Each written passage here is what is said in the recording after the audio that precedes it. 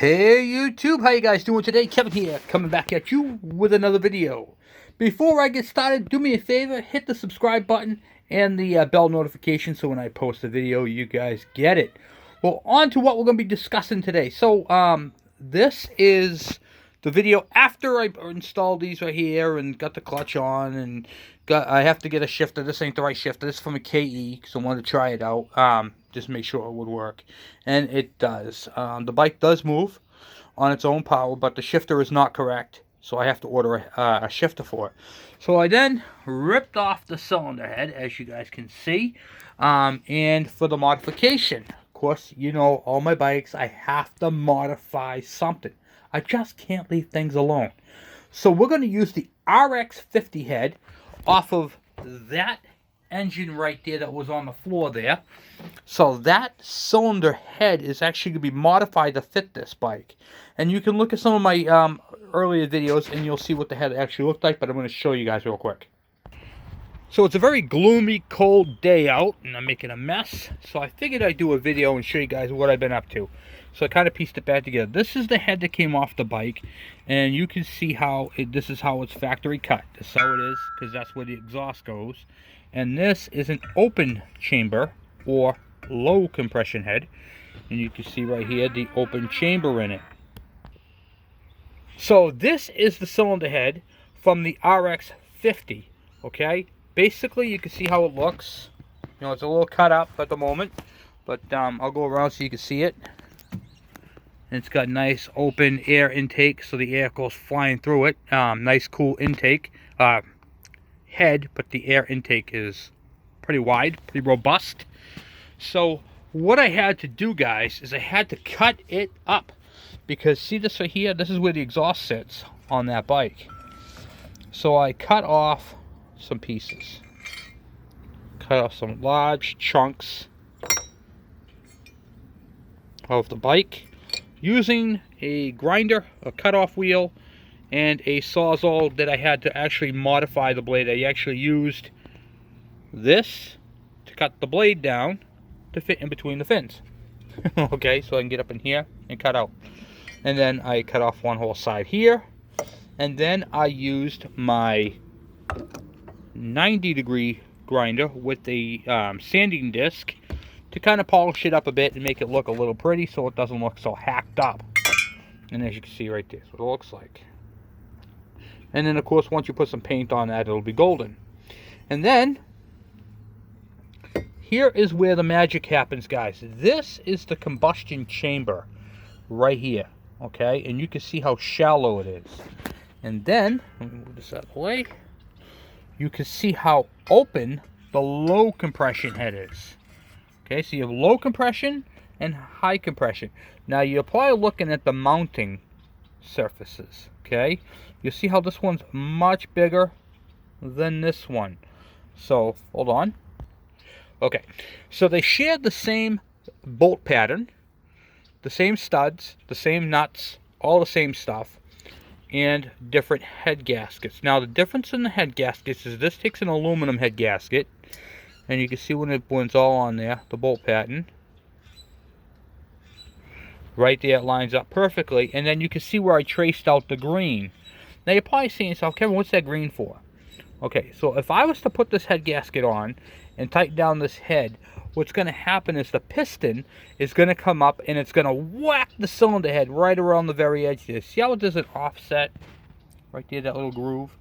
I have to bring this head to the machine shop and they're going to cut that groove out bigger to the green, the outer edge of the green, okay? So it contours that head gasket. I could probably get away with doing this thing for about maybe 30, 35 bucks. Okay, this is a really cool upgrade for this bike. It's going to give it a little bit more power, and it's, of course, you're going to have to run premium gas in them, which I run on all my bikes, because this is set up for regular, this is set up for premium, okay? Which, even though this is set up for regular, you should be running premium in all your two-stroke bikes. They like it better, they run a little cooler, especially where half the head is chopped off. I also left a little bit more material. Okay, so if you're looking at this one right here, you can see how it's cut off right where the bolt hole is. And this one right here, I kind of left it up I left it a little thicker on the side here because there was enough room for a margin there. So this is the cylinder head modification for the GT80 and the MX80. Okay, this can easily be done. Like I said, it's going to have to go to the machine shop so they can cut that out, and they'll level off this head. They'll bolt it down. They'll have a machine that's going to come and spin and cut that out to the proper depth. And that way, when you put that on there, because that right there is where the squish happens. You're probably saying, what's squish? Squish is when the piston comes up and compresses all the air and fuel into this little combustion chamber. And then the spark plug detonates it, and it gives you maximum power. So this one has a bigger combustion chamber. See how big that combustion chamber is? That's a small one.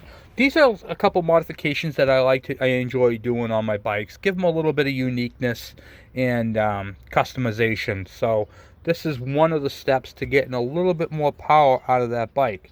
Now here's what I want to talk to you guys about. These bikes are what I refer to as the liar bikes. You're probably saying, Kevin, what are you talking about, liar bikes? It says here 80, but the actual displacement on this engine is 72 cc's. So this bike right here has actually a smaller displacement than my KV75. Ain't that crazy? So this actually has a smaller bike, smaller motor, everything's smaller on it. But it's about the same. So what we're going to do with this bike is, this bike can't leave me. I'm keeping this bike in my lineup.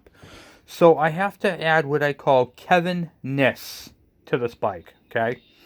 So we got the bike running like it is, and that's all well and good. And I see these bikes run around with headlights and marker lights and all that type of stuff. This is an off-road bike. It's never going to see the road. I would never drive this bike on the street. So we're not going to put the directionals and stuff onto it because it wasn't made with any of that, this particular bike, okay? We're going to keep this thing for off-road. However, we are going to do a couple of cool things with this bike. I don't have a number plate for this bike, but I do happen to have a CDI ignition from the RX-50, that motor right there. We're going to use that CDI unit into this bike. I got to do some wiring on it, figure it out. But we're going to use that CDI unit in this bike. And I think that's going to really, really add to this bike. It's going to have CDI ignition, guys. So we're going to do CDI ignition. We're going to do not just CDI ignition, but we're going to use the charge coil and maybe put an LED headlight on the front and some type of brake light on the back, or just a continuously on light. You know, let you know where you're at for nighttime trail riding. But other than that, this bike is going to be very well welcomed to my family of bikes. I enjoy doing these things, guys. I really do. And this bike right here is one of those type of bikes where, you know, we're going to go through it. We're probably going to do a new piston in it because I didn't like the way the cylinder was scuffed up a little bit. So we're going to hone it. We'll put a new piston in it. And for now, we're doing that head modification. So I'm going to try to do those at the same time. So it's going to be, this bike's going to go to back burner. We got the thing running. It runs. We're going to do the, before we do that though, we're going to order the brake cable. We're going to get the fundamentals working. The brake, the clutch, and the shifter working. So we can actually drive this bike. Then we're going to go ahead and order 2 new tires, 2 new inner tubes, and a new piston for this thing, and a new gasket. Jug gasket. And then we're going to go ahead, do a top end on it, get it prepped up and ready to go, paint that side cover right there that's gray on a black engine, and then go right through, and then that'll be all it for that. Okay, so that's my plan for the bike. Tell me what you guys think. I think that's a great idea to go with the bike. You know, new top end, cylinder head modification. And the reason why I'm doing the top end, I'm putting a high compression cylinder on it. I know this piston has a little bit of scoring, probably because it was ran with the air filter assembly off, so it was sucking a little bit extra air in there. And we're going to do an oil pump video by request on this bike, you know, talking about how it works, how it functions, and how to set it up. So we're going to be doing that on this bike. So this is going to be a little bit more of a series on this bike. And other than that, guys, that's where I'm at with this one. So tell me what you guys think. We got some other stuff coming up. We got the Harvey Spooner KD80. we have all kinds of stuff, guys. All kinds of stuff. So what we're going to do is we're going to stop for today. I just wanted to show you guys where I was at with the cylinder head, the modification.